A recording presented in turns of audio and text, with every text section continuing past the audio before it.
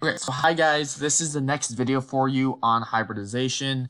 I really hope you guys are doing well. I hope you guys are enjoying your breaks, time off from school, all that. And I know this is probably weird for a lot of you guys. Anyway, this is the slide on hybridization that we left off with last time.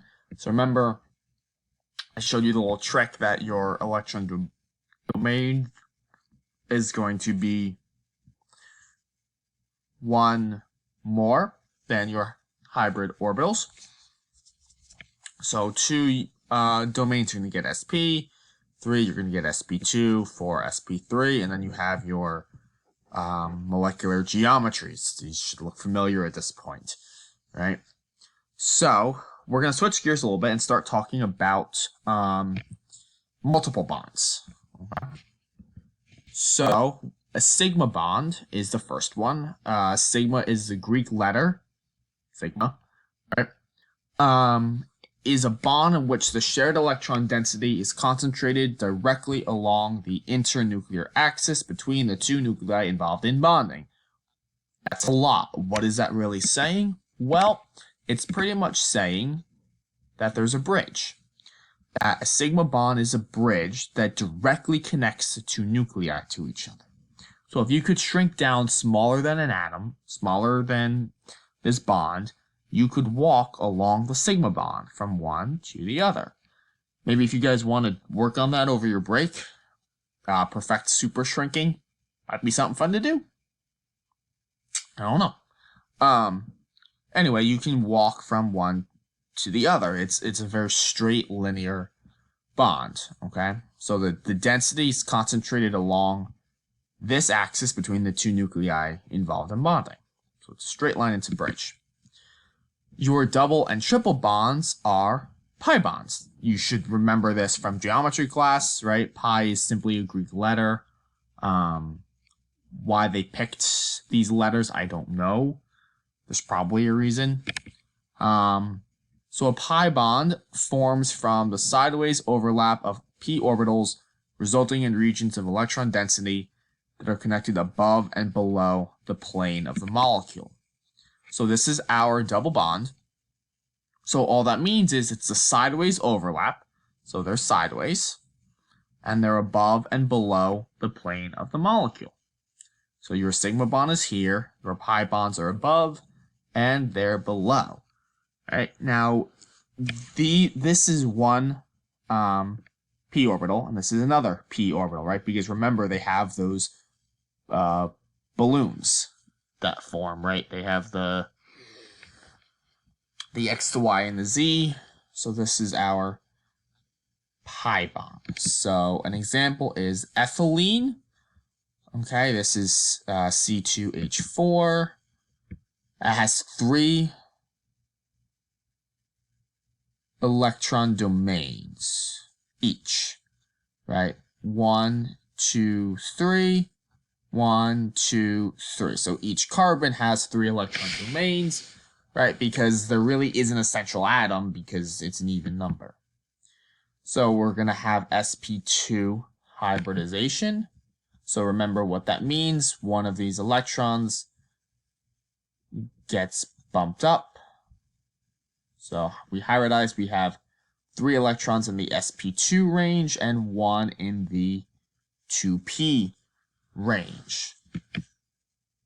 So this is what we get. So remaining p orbitals would be these guys, right? Actual shape, this is what they look like. And so this is very often how you'll see it. This is your sigma bond here. These are the perspective drawings. So this is coming out towards you, going away from you, and then your pi bonds up here. Okay?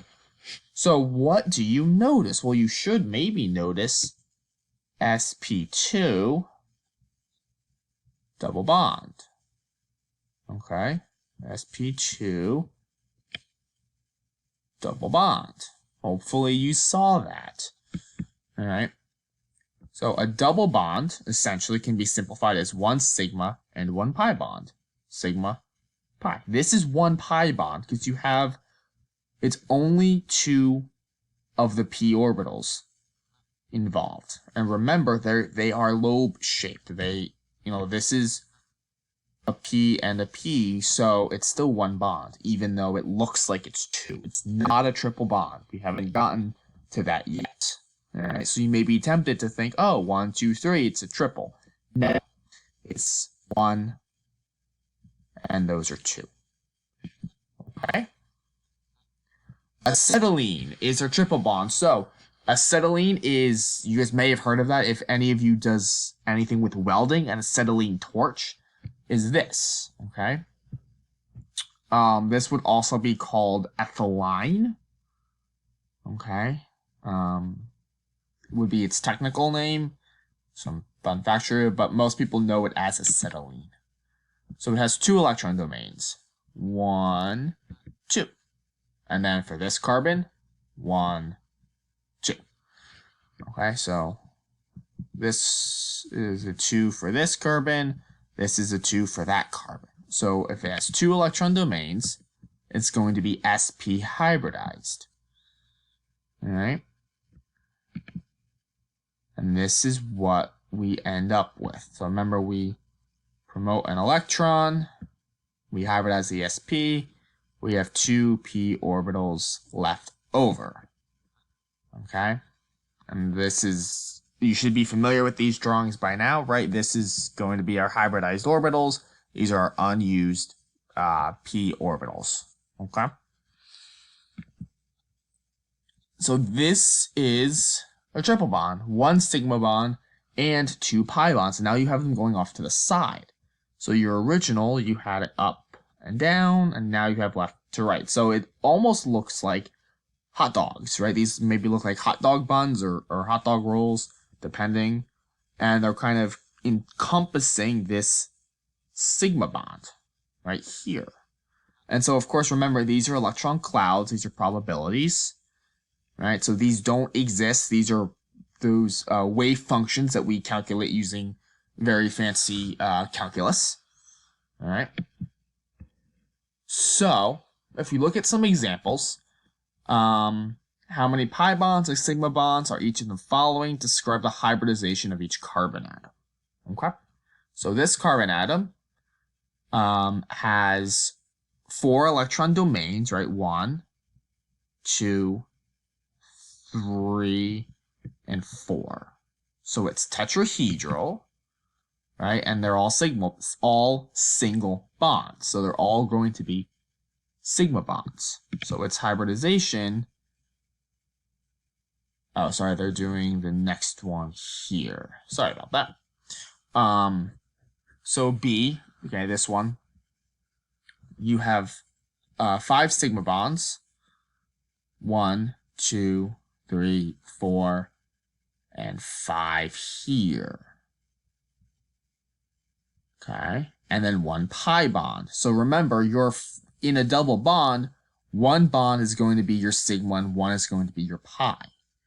Okay, so you see 5, it's 1, 2, 3, 1, 2, 3, 4, 1 sigma bond, 5, and then 1 pi bond. All right, in this example here, we have a lot going on. We have 10 sigma bonds. So you have 3 to the hydrogen, 4, 5, 6, 7, 8, 9, 10. All right. Actually, what I think I will do is I will go so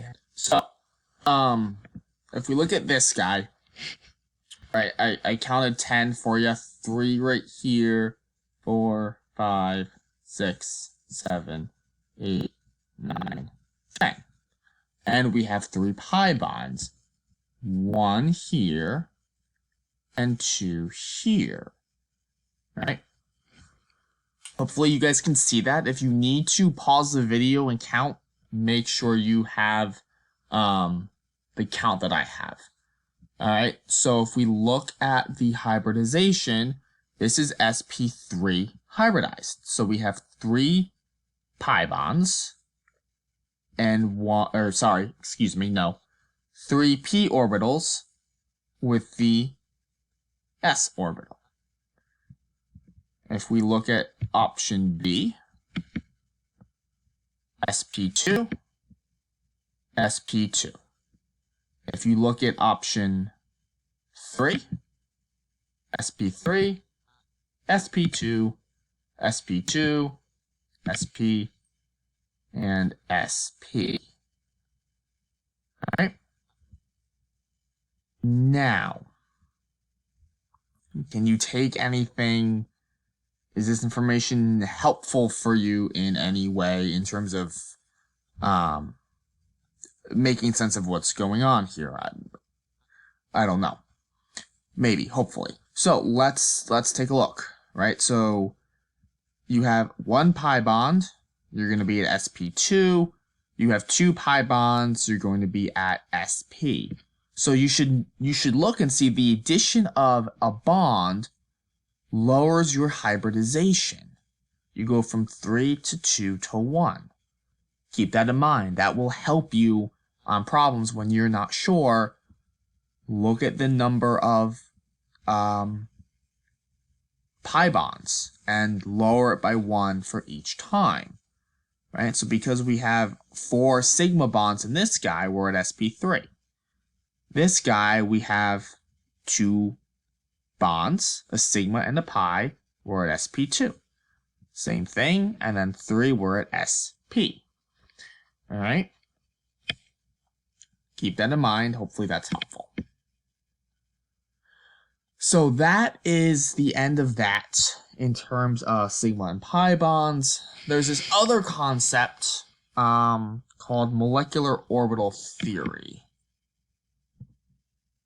which essentially says that atomic orbitals combined to form new molecular orbitals, which are spread out over the entire molecule, and electrons are in orbitals belong to the molecule as a whole. So we're going to look at things like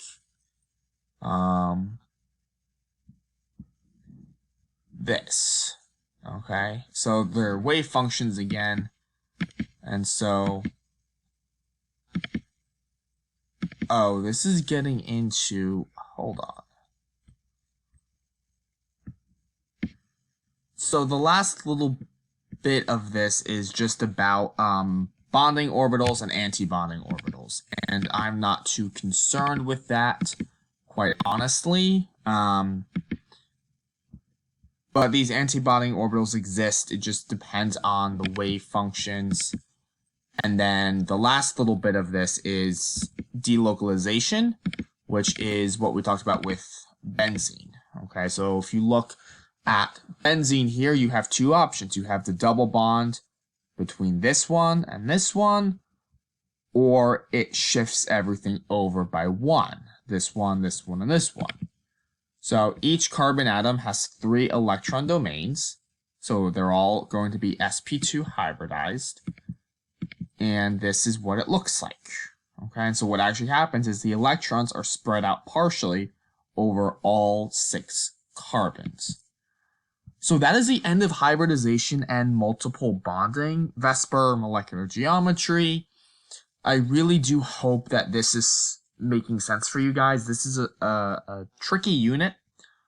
So go back over these. The nice thing is you have these forever, honestly. We did not do polarity quite yet. I thought it would be better to do that as a separate thing because it's a little bit different.